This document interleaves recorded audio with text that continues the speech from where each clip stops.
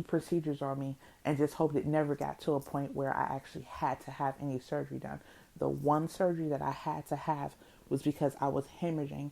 They initially thought it started off as a menstrual cycle that would not stop. They thought something was wrong with my ovaries. They were perfectly fine. They thought that I had fibroids. None of that. They were checking to see if I possibly had cancer. None of that. There was absolutely, from the 3 doctors I saw, nothing wrong with my uterus. There was nothing wrong with my tubes. Like, there was nothing wrong with me. But I was bleeding like it was nobody's business. And over time, that bleeding went from what seemed like a never-ending menstrual cycle to, let's put it this way. When I got to the ER, they were going to send me home because they were like, you know what, you probably need an ablation. It'll be an outpatient procedure. As soon as they have, have you scheduled, you just go, you meet with the doctor later on, they'll get you scheduled, whatever. It'll be an outpatient thing, in and out, and you're done. And I was dizzy. I had lost so much blood, but she was like, when they took my labs, although my count was low, it wasn't low enough for me to be in a danger zone. So they were getting ready to send me home. And I stood up out of the hospital bed and I held onto the sink so I could kind of get myself together. Mind you, I'm anemic, so that was not helping. And so I stood there and I'm holding onto the sink just to get my head together so that I could go ahead and go home. And the doctor that was standing there, she turns around and she looks at me and then she looks at the sink. And I'm like, what's wrong? And she was like, it sounds like somebody's pouring something in this room. Like, it was just a weird sound. And I looked down at the floor. She looked down at the floor. Then she yells for me to get back in the bed and don't move. In the short period of time that I was standing there, that whole side of the floor, there was just blood going everywhere. That's how badly I was bleeding. Like, I was hemorrhaging to death. And they almost sent me home to die because they didn't know where the bleeding was coming from, but it was bad. And it was the first time she really realized how badly I was bleeding. Like, she knew I was bleeding. She saw they put you on this pad in the bed. She saw the blood on the pad, but it didn't click to her how badly I was bleeding until I stood up.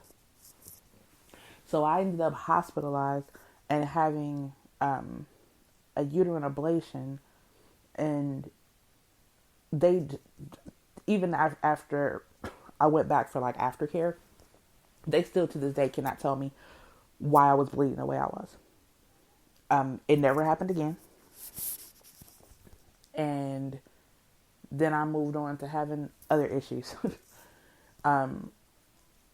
About 6 months after the whole bleeding issue, I had this problem where my ankles were swelling up like crazy. And my blood pressure was shooting through the roof. And I kept saying it was my job. Although I absolutely loved my job at the time. I was working in radiology, just working in a hospital. I loved my job. Some of the people were questionable, but I loved my job. And I thought it was from work because, we were working around the clock. We had lost a few people, so we were trying to fill in for the people who weren't there. And at one point, I had spent so much time at work, I thought my kids were going to forget what I look like. Like, I actually ended up doing stretch overtime more than once. I actually have pulled a couple of 24, 25 because they didn't have anybody else there. So I thought I was just tired because I was putting in so many hours. And then they found out that during certain times of the day, my blood pressure was just shooting up. And they didn't have a reason for it, just that during certain times of the day, my blood pressure was going sky high. So their concern was that if my blood pressure kept going up like that, I was going to have a full-on stroke. So I get sent over to the ER again. I've spent more time in my lifetime in the emergency room than I'd ever care to. And they had to put me on medication for blood pressure. Then they had to put me on something for the swelling. And then as they were pulling my medical records, they were like, you're not on any medication for anything. You've got this problem. You've got this problem. This is going on. Now, mind you, I also have asthma, which you could probably tell when you listen to me talk, because if it's during a time where like it's too hot, it'll start to affect me, and I actually can feel it bothering me now.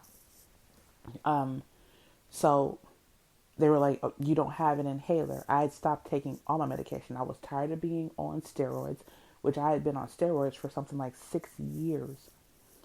And I had been on steroids with a dosage so high, I had a friend who was a transplant patient, and he said my steroids were even higher than his. And I had been on, like I said, steroids for years. And between the steroid pills, I was taking prednisone. So I'm taking an inhaler, and there's steroids in that. Plus, there was another pill I was taking that was also a steroid of some sort. Like, I'm taking all these steroids, and I was like, this is too much. I can't. So by the time they got finished looking at all the conditions that I had and everything that was going on, and I needed a pill for this and I needed a pill for that. I also have an allergy that causes me to have to carry an EpiPen. By the time they got finished, I was on 14 different medications. Methotrexate because of having lupus, and then there was some other drugs because of the arthritis, and I was on all these pills that I can only take this pill on Wednesdays, and I can only take this pill in the morning, and I can only take these pills at night, and I have to use this inhaler every day, but this inhaler only if I'm having problems with breathing, and then I have to use this nasal spray, but only during this time of year, and it was just too much. And I came in the house one day, and I was looking at these pill bottles, and I couldn't do it anymore. And I think I stayed on all these medications for probably 3 good months before I was like, I can't do this. I cannot do this. I was not built for this. And I just quit. I quit taking everything. I kept my inhaler. And of course I kept my EpiPen because I'm not completely stupid. I do have an allergy to bees and wasps. I'm not trying to die. But everything else, I was just like, I can't do this anymore. I cannot take this stuff anymore.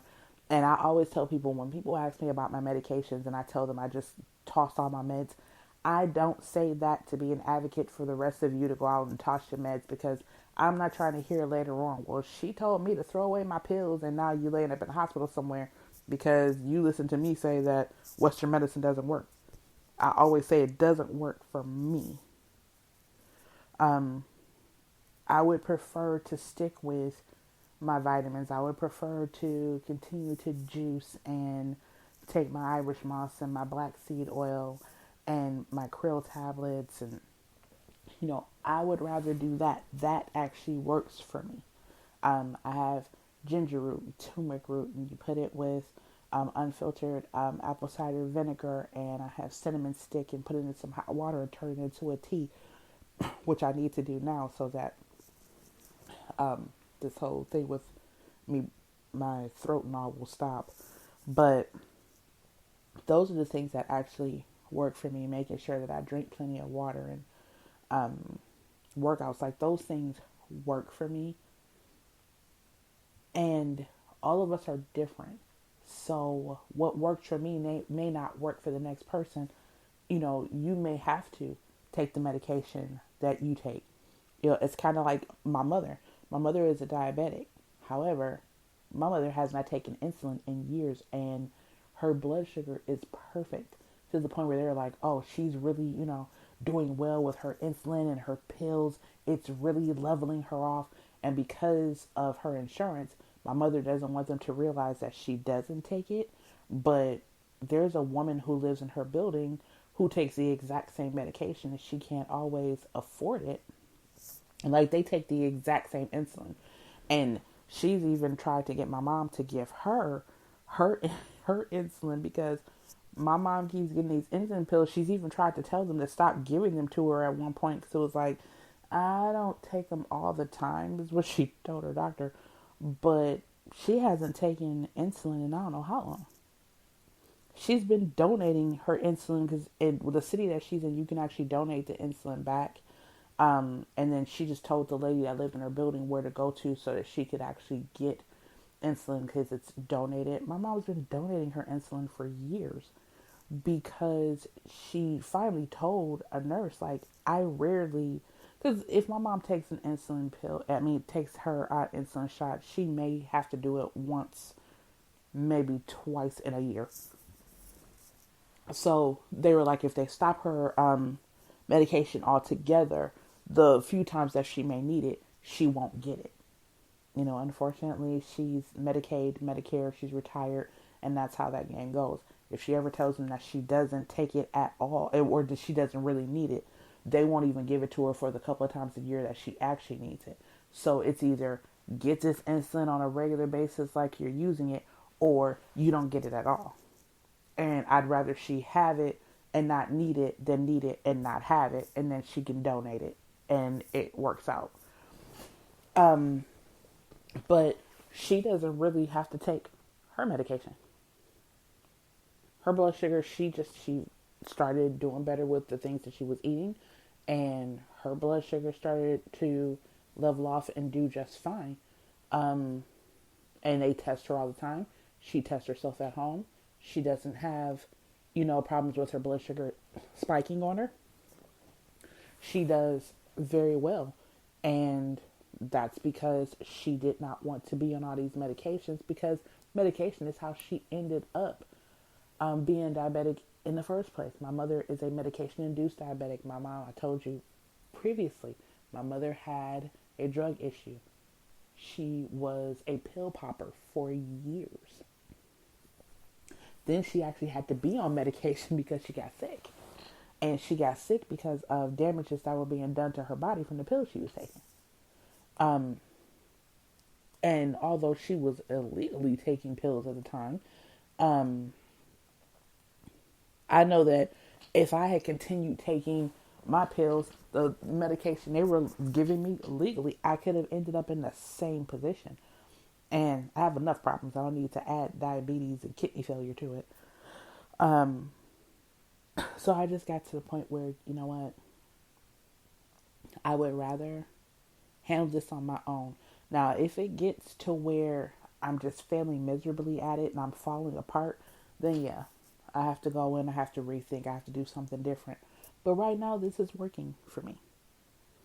Changing your diet, um, doing better with juicing and smoothies, and making sure you get the proper vitamins and herbals in your system. Like, this works for me.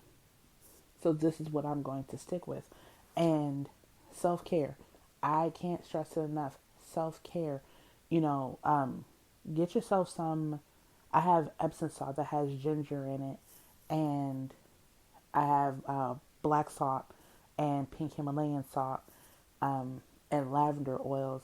And take yourself a good herbal bath. And I have crystals that I can put in my tub. Um, you know, you need to do that not only just to relax, but to help get toxins and things out of your system. Like, there are a lot of things that you can do for yourself that will help you to heal naturally. Everything that we need in order for us to take care of ourselves, it was put here. It was put here um, in the form of plants. It was put here in the form of crystals. Everything that we need to take care of ourselves, it was put here for us. We just have to learn how to use it. You know, normal kids are used to going into the doctor and taking medication and things like that. My kids are used to me, uh, you know, smudging the house and getting rid of the evil around them and putting crystals in their pockets and like their entire lives. They don't drink cow's milk. They haven't, except for when they were in school and it was forced upon them, and I put that to an end quickly. Um, you know, they weren't raised on a lot of sugar and things like that.